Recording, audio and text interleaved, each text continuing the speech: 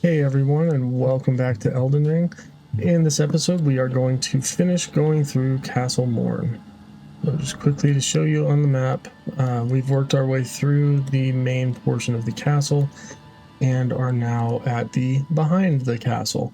So we've got the rest of this section here and then work our way down to the final boss fight. And whoops. So here we go. Let's make sure... I'm gonna try... I'm going to put on a couple of different spells here. Let's put on stars, and we'll keep flame sling, which means I'm going to need to put on the claw mark seal. So I don't think that we're going to need the torch, so we'll just be able to switch back and forth. And there's a few enemies down here that I'm pretty sure are weak to fire, but I didn't test it out, so I just want to double check. All right, so from here, you're best off going down this way. We are going to end up inside this next building, but we want to drop down here first, land on this platform, and get another stone sword key. So we'll be able to use that to unlock the Everjail. We probably won't be able to defeat the boss of the Everjail, but we might as well go ahead and open it. So, not exactly sure what's happening here with the Misbegotten, but I don't know if they're like worshipping or resting or not exactly sure what's happening. But we're going to go in there just a second. So we've got some more of these slime enemies. So I just wanted to test to see. They are pretty weak against fire. Bleed works really well against them too, but you have to hit them quite a few times. And you can see once you get that bleed build up, it does pretty well. But not really worth it when you're only getting 17 runes per kill. So let's go on in here and get an item. Got one more over here. Just another Misbegotten. We'll just use our magic. And we've got a pickled turtleneck. And I forgot there's another slime right above this. The exact same thing happened to me when I practiced yesterday, and I forgot. That was so cool. Alright, let's just refill both. They're very slow moving, so not really anything to be overly concerned about. Unless when they fall on your head or stab you in the middle of the spell. There we go. Stay out of my way. Alright, let's talk to this one. Please help me. I'm of noble blood. If those hideous mongrels eat me, I'll be forever marred. Anything but that, please. Think of the disgrace. I'm pretty sure he's referring to the Misbegotten. It wouldn't make sense to be talking about anything else. I don't think there's any more slimes back here. No items. Alright, let's go ahead and switch back to our glintstone sorceries. Take these guys out. Oh, another one of them. Again, not worth it. There is one of these big ones with the giant axe up here. Let's try the stars and see if that... Not really. Remember, these can hit really hard. It is possible to stagger them, but most of the time you're going to end up killing them before they get staggered, so... Okay, yeah, I just wanted to make sure that I had read that one before for the old fang, which I had. And let's go ahead and climb the ladder and get the item that's up here.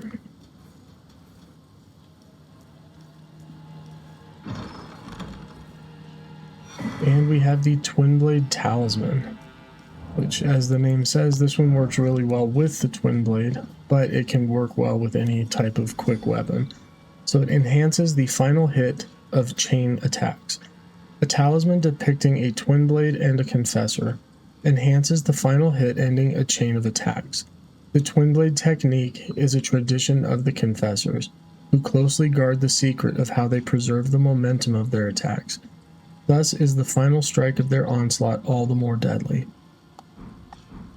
So let's see here. So this is 1, 2, 3, 4, 5. So this katana has a 5-hit combo.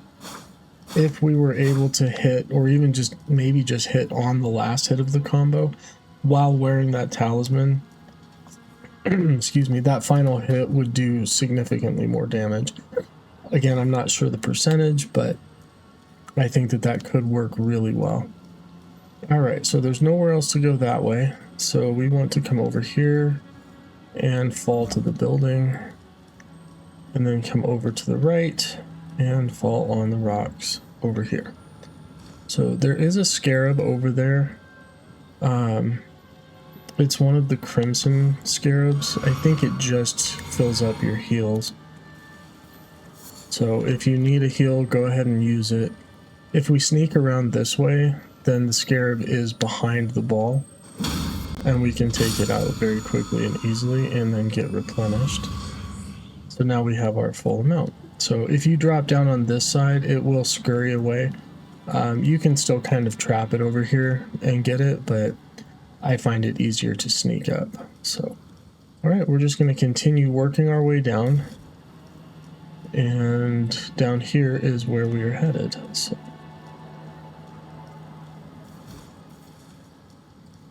let's put on Flame Sling again. I don't know if this is going to work, but I want to try it out. This part is fairly tricky because you have to fall down through here, and if you want to pick up the item, you have to line up your fall.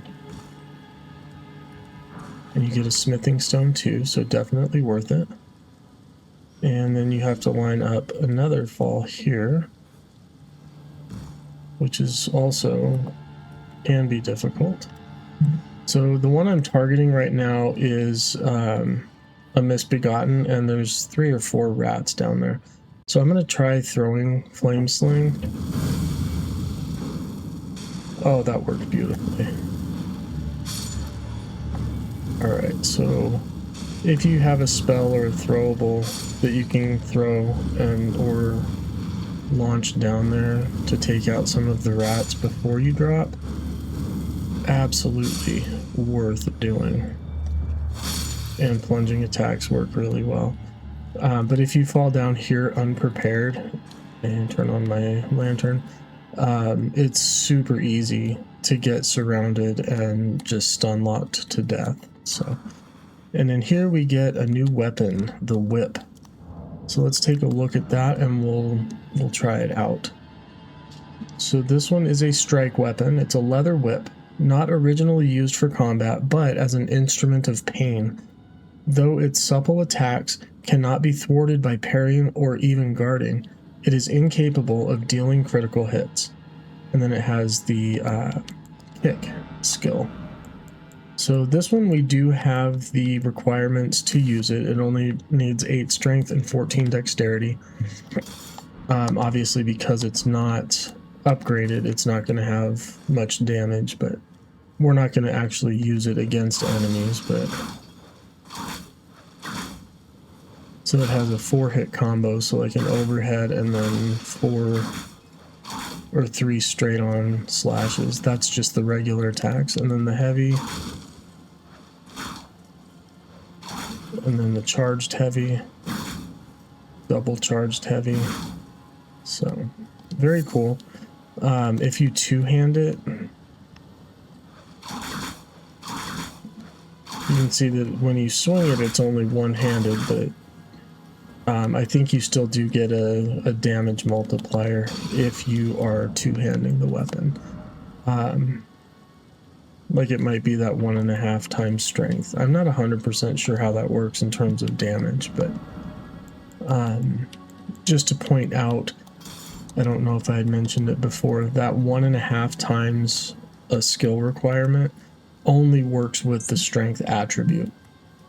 So if you don't have enough dexterity to use a weapon, two-handing it isn't going to help. It's only the strength that increases. So let's go ahead and rest for a second. I was just going to see if I had enough for a level up, but I don't believe I do. Not even close. Flasks. I think I'm still okay with the flasks that I have. The next one that I get, I might put it into the cerulean. And I'll just maybe go back and forth from there. Spells are good. Yeah, I think I'm okay. Oh, actually, I wanted to check my flask. So yeah, I didn't mention this before. If you're in your inventory and you look at the tools page and you go to your Flask of Wonders Physic, you'll be able to see what the status of the mix is. So you can see now that I've got the opaline bubble tier and the green spill crystal tier. So I just wanted to confirm that that was what I had equipped, and I do. Alright, so first thing we're going to do is go across here, and oops, don't want to walk onto them. So there is a sleeping big misbegotten, and there's another sleeping flying one over here. So I'm going to see if I can take that one out with a flame sling. No. Can't throw it far enough, but let's just use the...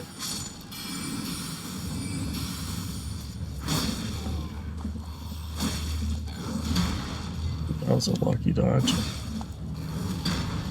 Yeah, you can see his attacks are so delayed. So just be aware of that. It's very easy to watch it swing back and then dodge thinking it's going to come right out. And then he'll swing and just catch you when you're getting up from your dodge roll. So from that ladder, we're going to just swing around this way.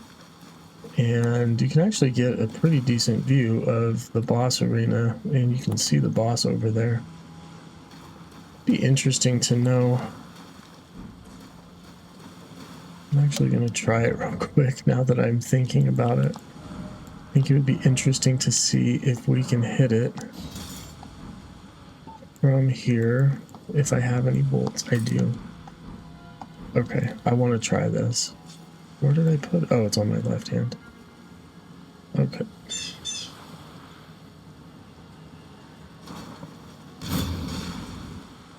Too high. Sometimes you have to compensate for how far the enemy is. Okay, so you can't hit the boss from over here. That'd be kind of funny if you could. I know that there are some bosses in... I don't know if it's in this game. There might be some in this game, but I know that there's some for sure in Dark Souls that you can cheese from a distance, like from behind the fog wall. So just kind of wanted to try it. I didn't even think about that when I was practicing. Alright, so baby crabs, we know what that means. That means mama crab.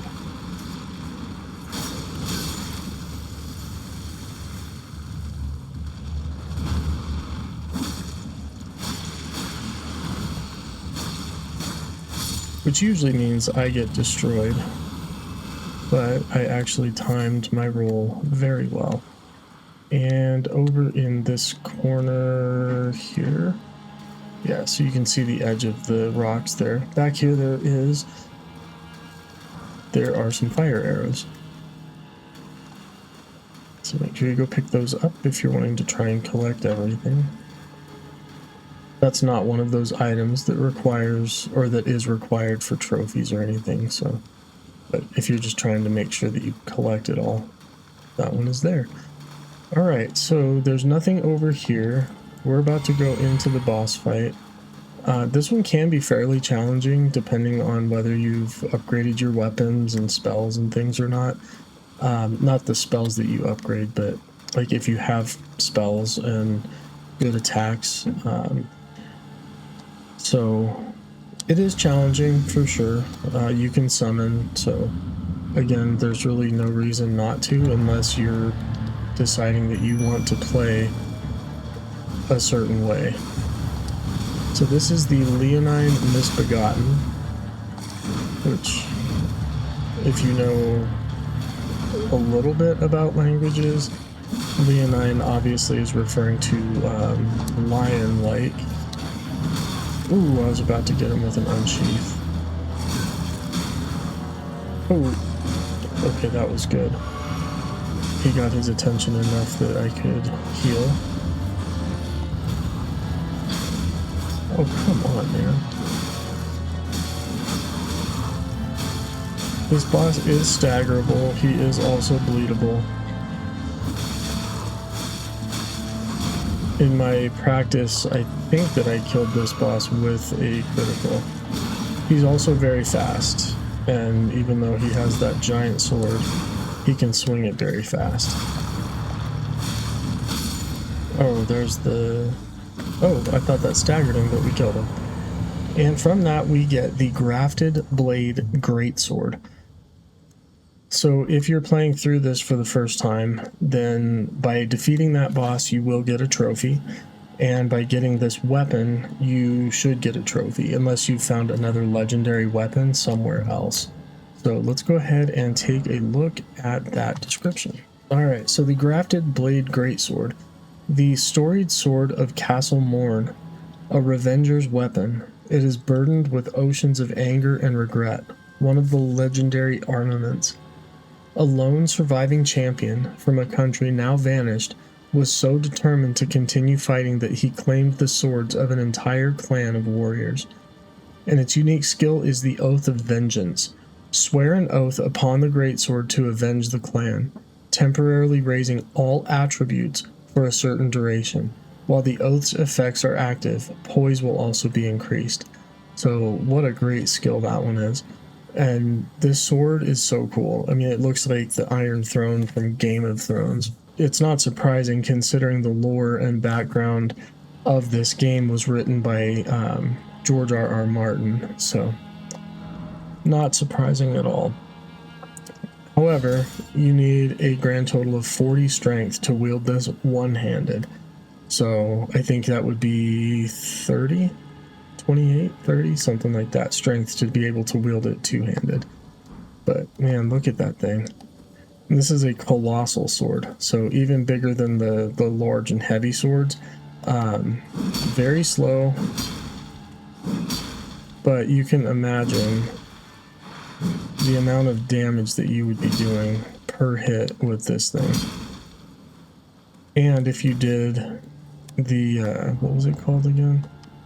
Oath of Vengeance, just increasing your attributes, which is going to increase your damage scaling even more. That's just crazy. So I know that there's some stuff that has to do with the lore of this little island and the gravestones. I can't remember where it was that I saw it. It had to have been some kind of a YouTube video or a thing that I read. Something to do with the Leonine Misbegotten, that it was like the leader of the group of Misbegotten, and I don't remember, like something about that it felt bad, and it was bringing all of the bodies here like out of respect. I can't remember exactly the situation, but just there's so much interesting lore that can be inferred from just looking at the makeup of an area. So alright, so we're still not quite up for a level, but I think that netted us about 4,000 runes by fighting that. And we are done here. So that is the remainder of Castle Morne. The only things that we have left in, I was about to say Limgrave, but the only things that we have left in the Weeping Peninsula are right here. We have a Deathbird. And up here, we have a Night Cavalry. And then over here, we have the Everjail. So, oops, I didn't mean to do that. So what I'm going to do for the remainder of this episode is I'm going to do at least one attempt of each of these bosses to see if we can take care of them. So I think the best option is going to be to start here and try to take out the Knight Cavalry.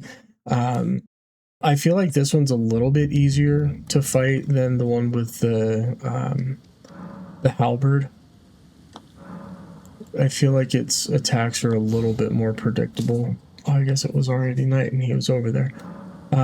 So go ahead and make sure it is set for night. Let's go ahead and use the opaline bubble tier and go ahead and take him on. So be aware this one has a 3-headed flail.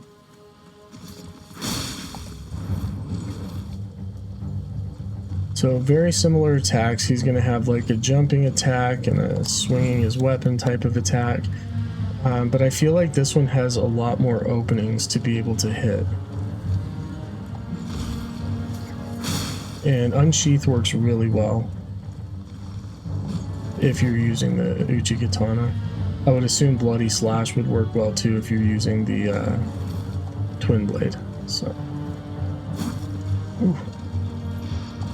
Oh, dang it. I didn't want my opening bubble tier to be used on a hip check, shoulder check from the horse.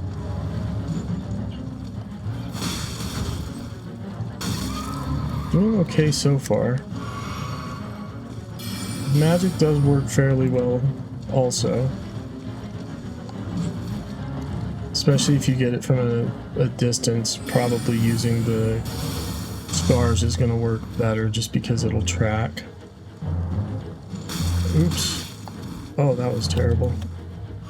Alright, let's keep going. Same with any boss fight in this game. Just patience is going to be key. Take your time. Find when you have the openings to attack. And don't rush in, especially once you get it down to its final amount of health, or like the final couple of hits.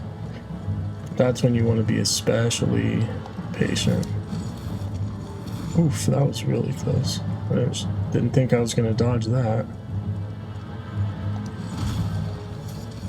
So that's a really good attack when he does the jumping one, to kind of get behind it and do an unsheath or like whatever your special Ash of War is on your weapon, because he sits there for a moment. Ooh, there we go. Knocked him down. Push up on him and get critical, and we got him. And the best part about this fight is that we get his weapon. And it is awesome. We also get the Ash of War Barricade Shield, and we get the Knight Rider Flail. Let's look at those really quickly. So the Ash of War Barricade Shield. This is actually, I think we've already read this one. It's the one that's on the turtle shield. And then the Knight Rider Flail. A flail with 2 additional bludgeoning heads. Weapon of the Knight's Cavalry who ride funeral steeds. The large spikes make it highly effective at inducing blood loss, but also demand higher dexterity to wield. And the skill Spinning Chain spins the striking part of the flail at high speed to attack. I think that's the same as the other flail. So let's go back in there real quick and see. Yeah, 24 dexterity. So high requirement for that, but eventually we might try it out. And the next thing, let's come back over here and rest. We're going to craft some more holy pots, and we're going to go take on the Deathbird.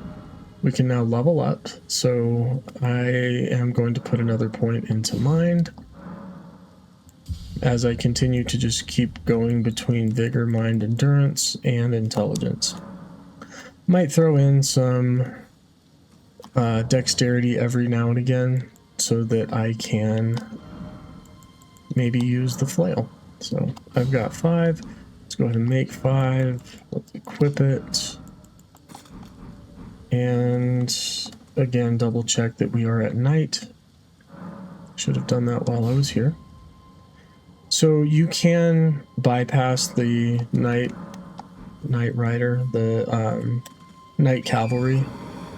If you wait for him to go further down the path, you can sneak past him if you would prefer to fight the Deathbird first.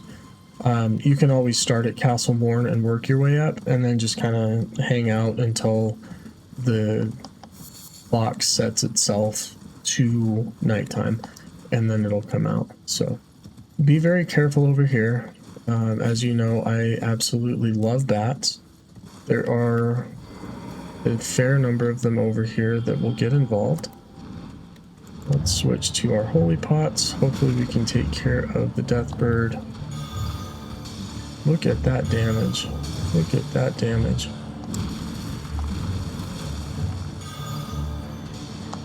And done. That was easy. And now we'll just take out these bats. How embarrassing would that be to die to the bats?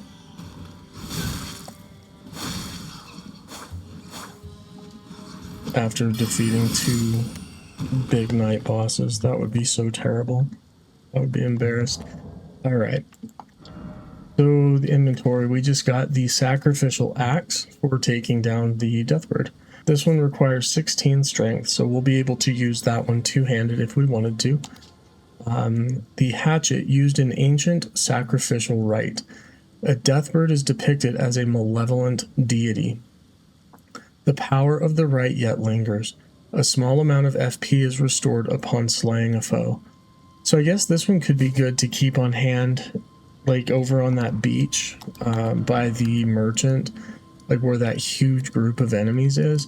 So if you were low on FP and you wanted to refill without, you know, fast traveling back to a site of grace, I guess you could use that to get some FP. So it's a pretty cool looking weapon. I think it just has kind of a standard axe type attack. And I guess we can just go ahead and fast travel over here to the Tombsward Cave, and then we'll go out, unlock the Everjail, and do one attempt on that boss. Okay, let's go. I'm not sure if this boss is weak to anything, but if it is, I'm gonna guess that it would be fire. So let's try that. This boss is extremely difficult. We're not close to another level up yet, but he's very fast, very strong attacks, and it has a new status ailment that we have not seen yet called Frostbite, which is why I'm thinking maybe it's going to be weak against fire, so we'll give it a shot. But I'll just attempt it once. If I get close, I might attempt it a second time, because we're actually doing pretty well on time. So let's go ahead and use the Stone Sword Key. You can see it unlocks the Everjail. And we are now at the Weeping Everjail. Yes, let's go ahead and enter. And if we die, we are transported outside of the jail and we'll be able to pick up our runes. There are no summons available here. We can't use our own ashes, but we can use the Opaline Bubble Tier. One over here, and we are fighting against the ancient hero of Zamor. Very quick. Very strong attacks. Fire does decent. If you can get in on him while he's doing that freezing breath attack, you should be able to get a couple of decent hits on him.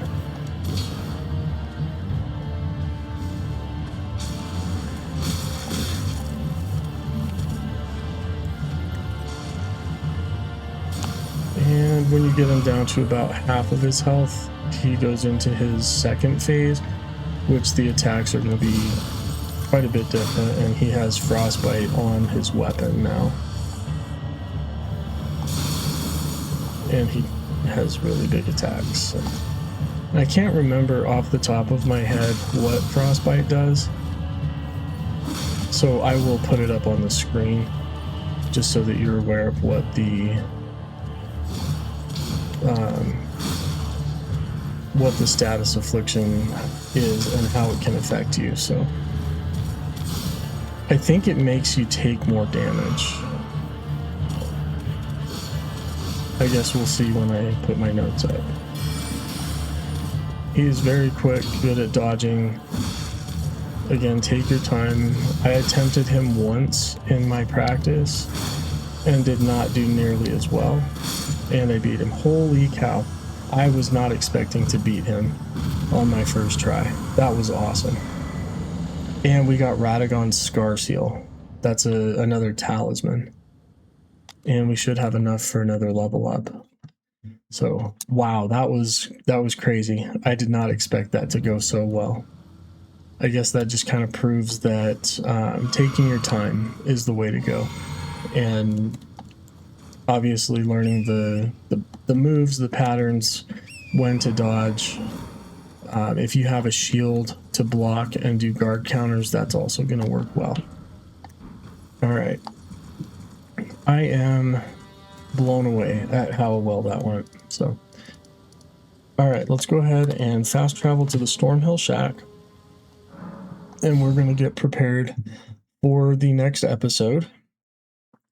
So as of right now, we have done and beat all of the bosses, and we've done literally everything in the Weeping Peninsula, which is absolutely insane to think that. If I come up with or come across anything that we did miss, then absolutely we'll go back and check that out. In the area of Limgrave, we still have the Everjail with the Crucible Knight. We still have the nighttime boss at the War Master Shack, and I believe that's it. There are some events that will happen later in the game, down here in the Mistwood area, but we're not too concerned about that right now. But holy cow, that is amazing. The next thing we're going to do is go from the Stormhill Shack. We're going to go up towards the Finger Reader Crone, and we're going to curve back this way and fight some enemies and get into, start going through Stormvale Castle. So I've got a few more minutes. We might as well go through this area. Whoa. That was weird. I don't know what happened.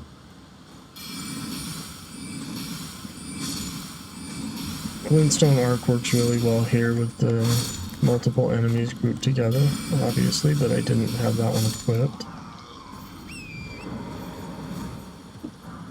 Okay, got a dagger.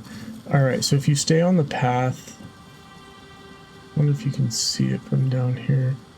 There is a scarab up on the path, but we're going to loop back around to get it. Stick close to the edge here and come all the way up to the cliff. We can turn on our lantern too. So there's a whole group of enemies, and there is a giant ballista. So if you want to take out the group of enemies, you're best sneaking up on them. There's going to be a bunch over here in the field as well. Are those enemies or wildlife? That's wildlife. Got one behind us.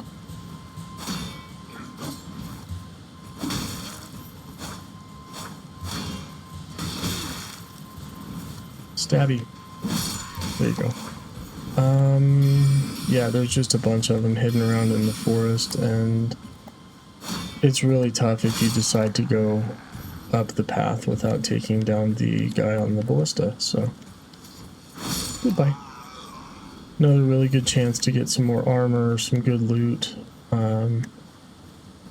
stuff that you can either sell or equip if you want to. Bye. Bye. I know there's one enemy up here. that has a large two-handed sword. I think it's him right there. I honestly don't know if he's like a lot tougher than the other ones, but